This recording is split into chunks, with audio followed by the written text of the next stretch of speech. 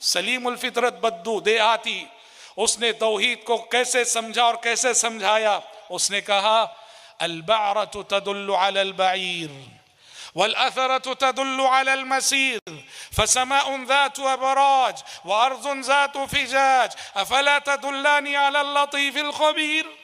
उसने कहा हम मेंगनियां देख के बता देते हैं कि यहाँ से ऊंट गुजरा है। अरब के लोग इतने माहिर थे, जो रास्ते में मेंगनियां पड़ी रहती थी उसे देख कर बता देते कि किस कबीले के ऊंट गुजरे हैं।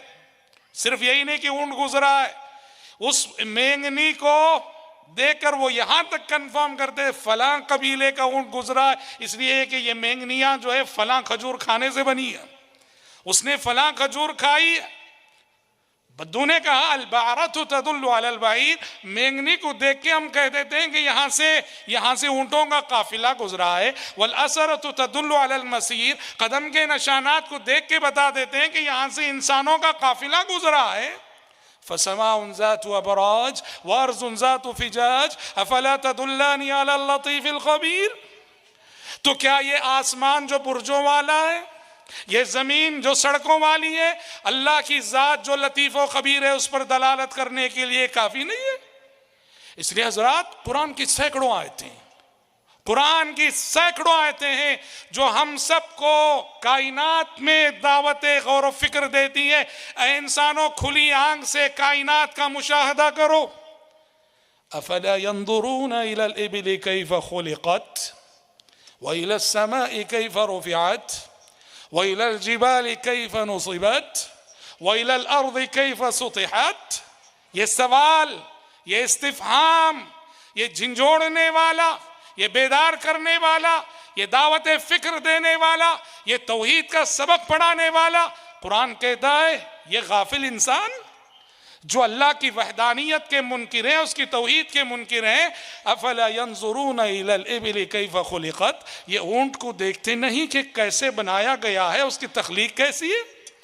ये देखते नहीं आसमान की रिफतों की तरफ, ये देखते नहीं कि पहाड़ों को कैसे नस्ब किया गया है, ये देखते नहीं कि जमीन को कैसे बिछाया गया है, कैसे फर्श बनाया गया है। अल्लाहु अकबर। अफला यंजुरून इलल इबिल। ऊंट, आप जानते हैं ऊंट सहरा में रहने वाला जानवर है, ऊंट सहरा में जीने वाला जानवर है। रब्बुल इज्जत अल्लज़ी आता कुल्ल शैइन खल्क़हु सुम्मा हदा, जिसने हर चीज को पैदा किया और हर मखलूक की जरूरतों की तकमील फरमाई, वो रब है। वो इंसानों का भी रब है, वो जानवरों का भी रब है, वो परिंदों का भी रब है, वो कीड़े मकोड़ों का भी रब है। मखलूकात को पैदा करने के बाद एक एक मखलूक की जरूरतें उसने पूरी की हैं। ऊंट कहाँ रहता है? सहरा में रहता है। और देखो सहरा की दो बड़ी खुसूसियतें, सहरा की दो बड़ी खुसूसियतें। पहली खुसूसियत ये है कि सहरा में पानी नहीं होता। सहरा में दूर दूर तक चले जाओ, मीलों चले जाओ, पानी नहीं मिलता। बहुत दूर शाज़ो नादर, काफी जुस्तजू के बाद कहीं थोड़ा पानी मिले तो मिले, सहरा में पानी नहीं होता। और सहरा की दूसरी खुसूसियत, सहरा में जब हवाएं चलती हैं तो मिट्टी के जर्रात, रेत के जर्रात हमेशा उड़ते रहते हैं, और जब रेत के जर्रात उड़ते रहें तो फिर चलना मुश्किल हो जाता है, दुश्वार हो जाता है, चलने वाले रुक जाते हैं, इसलिए कि आंख बंद हो जाती है, जर्रात उड़ रहे। सहरा की ये दो खासियतें हैं। यहां हमेशा रेत और जर्रात का तूफान जारी रहता है, जो चलने वालों की आंखों में जा गिरता है, आंखें बंद हो जाती हैं तो चलने वाले के कदम रुक जाएंगे।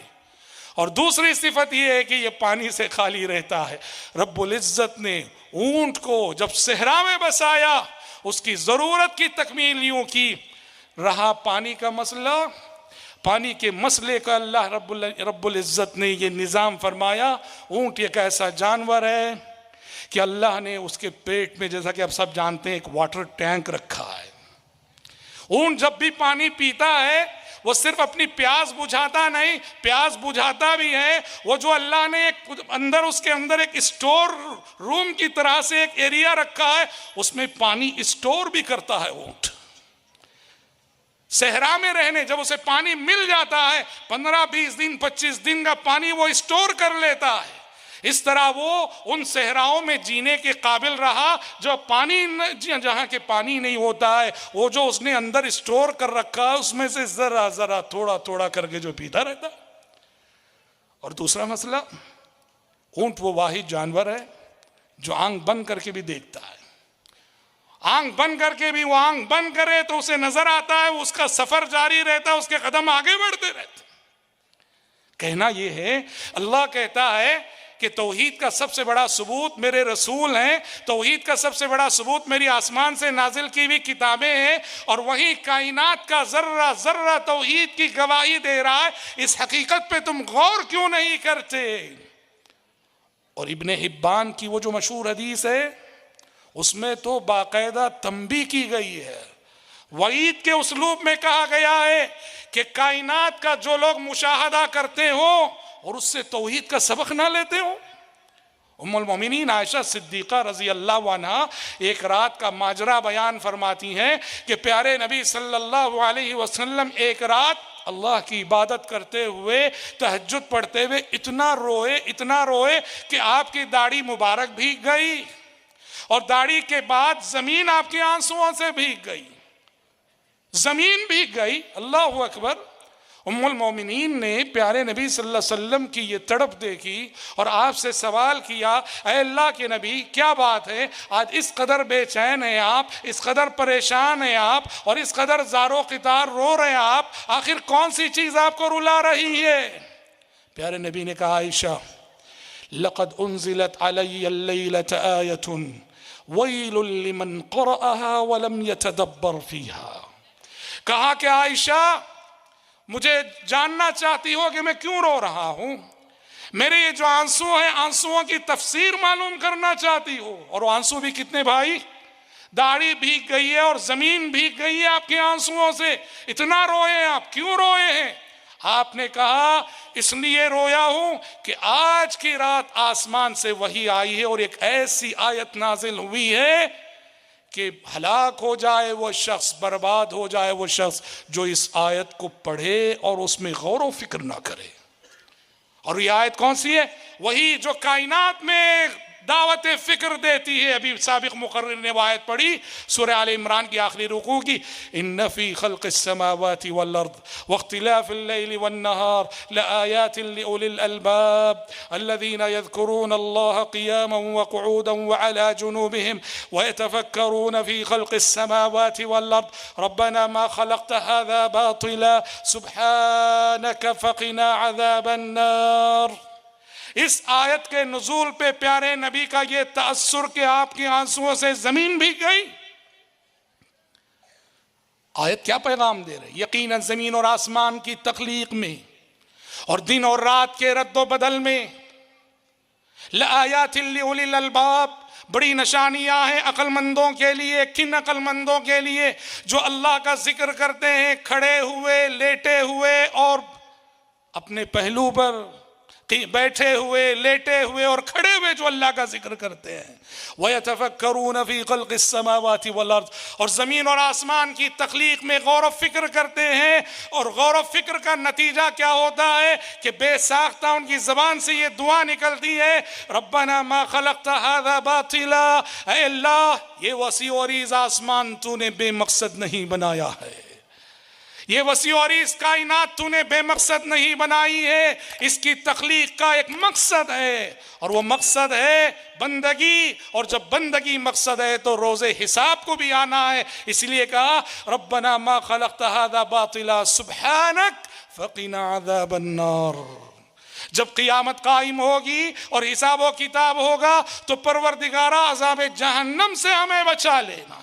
इसलिए हज़रात अहले इल्म ने लिखा है, मुहद्दिसीन ने लिखा है बुखारी शरीफ की जो मशहूर अहादीस की रोशनी में कि प्यारे नबी सल्लल्लाहु अलैहि वसल्लम का कई रातों में मामूल था कि आप जब तहज्जुद के लिए जागते थे आप रूम से बाहर तशरीफ़ लाते थे, आसमान की जानिब नज़र उठा के देखते थे और ये आयतें पढ़ा करते थे सूरह आल इमरान की। इसीलिए अहले इल्म ने मुस्तहब करार दिया है कि आदमी जब तहज्जुद के लिए जागे तो वो आसमान की जानिब देखे और ये आयतें पढ़े। इन आयतों का पढ़ना मुस्तहब है।